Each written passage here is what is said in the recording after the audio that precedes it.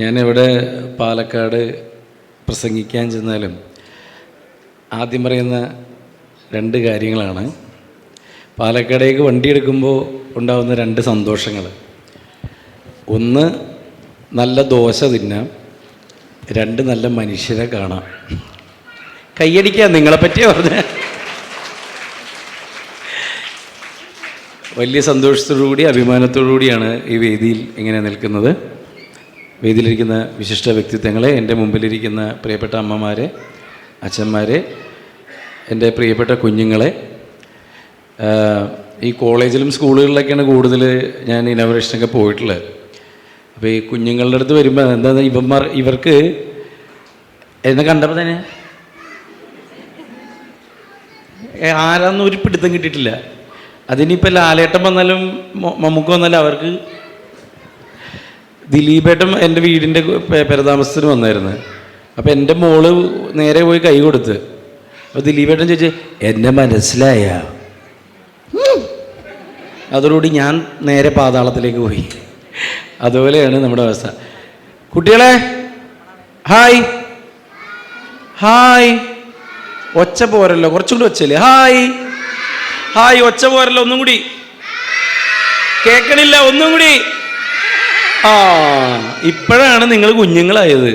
നല്ല ഒച്ചയൊക്കെ എടുത്തിട്ട് അല്ലേ? അവർ എൻ്റെ പ്രസംഗമല്ലേ ഒന്ന് സൈലൻ്റായിട്ടിരിക്കാമെന്ന് വിചാരിച്ചാ.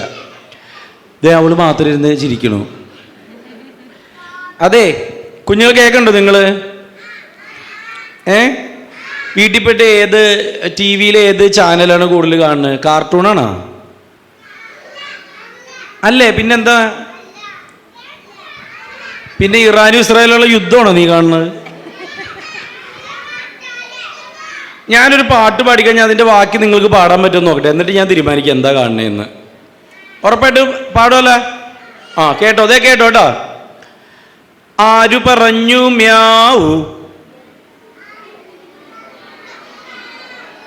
അത് ശരി. ഞാൻ കുഞ്ഞുങ്ങൾ പാടൂന്ന് വിചാരിച്ചപ്പോൾ കാരണന്മാരൊക്കെ ഞാനാ നിങ്ങളുടെ കാത്തു അല്ലേ? ആരു പറഞ്ഞു മ്യാവൂ? ആ, മിടുക്കന്മാര്. ആരു പറഞ്ഞു മ്യാവൂ? ഞാനാ നിങ്ങളുടെ കാത്തു. എന്നോടിഷ്ടം കൂടാൻ ആർക്കാണിഷ്ടം? ആർക്കാണിഷ്ടം?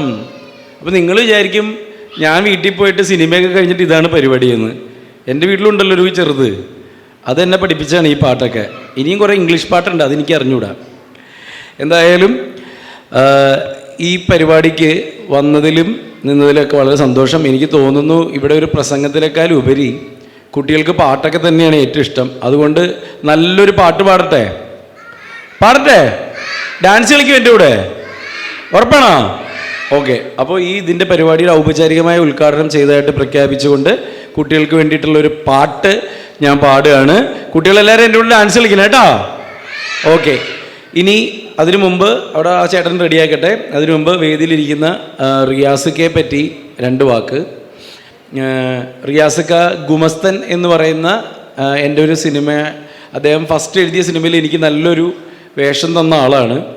എഴുത്തുകാർക്ക് പൊതുവേ എല്ലാവരും പറയും താങ്ക്ലെസ് ജോബാണെന്ന് പറയും. അതായത് എഴുത്തുകാരൻ എപ്പോഴും അവൻ്റെ പ്രൊഡക്റ്റ് കൊടുത്തു കഴിഞ്ഞാൽ പിന്നെ അവനൊരു വിലയുണ്ടാവില്ല എന്നുള്ളതാണ് ഞങ്ങൾ പൊതുവേ, ഞാനും എഴുത്തുകാരനായതുകൊണ്ട് നമുക്ക് പൊതുവേ ഉള്ള ഒരു ധാരണ.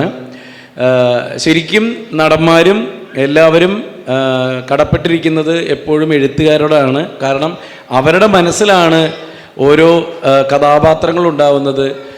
ഗുമസ്തൻ എന്ന് പറയുന്ന സിനിമ എനിക്ക് വളരെ വളരെ സ്പെഷ്യലാണ്. ഇവർ പറയും ഞാൻ ഗുമസ്തനിൽ വന്ന് ചെന്നത് അവർക്ക് നന്നായെന്ന്. സത്യത്തിൽ തിരിച്ചാണ് ഉണ്ടായത്. കാരണം വെടിക്കെട്ട് എന്ന് പറയുന്ന സിനിമ ഞാനും വിഷ്ണുവും ഡയറക്റ്റ് ചെയ്തിട്ട് ഇപ്പം എല്ലാവരും അത് നല്ലതെന്ന് പറയുമെങ്കിലും അന്ന് അത് അത്ര സാമ്പത്തികമായിട്ട് വിജയിച്ചിരുന്നില്ല.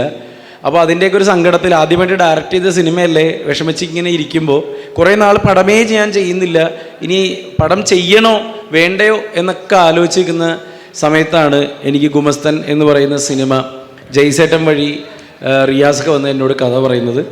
അത്രയും നല്ലൊരു കഥാപാത്രം. വെറും എനിക്ക് തോന്നുന്നു ഒരു 5 മിനിറ്റൊക്കെ ഉള്ളൂ ആ ക്യാരക്ടർ. എൻ്റെ 10 മിനിറ്റ് സ്പേസ് അല്ലേ, മാക്സിമം ഒരു 10 മിനിറ്റ് സ്പേസേ ഉള്ളൂ. പക്ഷേ ആ സിനിമ എനിക്ക് തന്ന മൈലേജ് വലുതാണ്. ആ സിനിമ നന്നായിട്ട് തിയേറ്ററുകളിൽ ഓടി. ഇപ്പോൾ മനോരമയിൽ എല്ലാ ആഴ്ചയും അത് കളിക്കുന്നുണ്ട്. അതിന് റിയാസ് ഖാനോട് പ്രത്യേകം നന്ദി പറഞ്ഞുകൊള്ളുന്നു. അതുപോലെ തന്നെ അനിലേട്ടൻ വർഷങ്ങളായിട്ടുള്ള ഇവിടെ സിനിമാ പ്രേമികൾക്ക് എല്ലാവർക്കും അറിയാവുന്ന ഒരു സുഹൃത്താണ്. അനിലേട്ടൻ്റെ ഈ പരിപാടിയിലേക്ക് എന്നെ വിളിച്ചതിൽ അനിലേട്ടനോട് ഞാൻ നന്ദി പറഞ്ഞുകൊള്ളുന്നു. പിന്നെ രാജേഷ് പാലക്കാട് നിങ്ങൾക്ക് എല്ലാവർക്കും അറിയാം, കുട്ടികളെയൊക്കെ ഡാൻസ് പഠിപ്പിക്കുന്ന കൊറിയോഗ്രാഫറാണ്. അദ്ദേഹവും ഒരുപാട് നാളത്തെ പരിചയമുണ്ട്. മിമിക്രി ആർട്ടിസ്റ്റ് ആയിരുന്നു.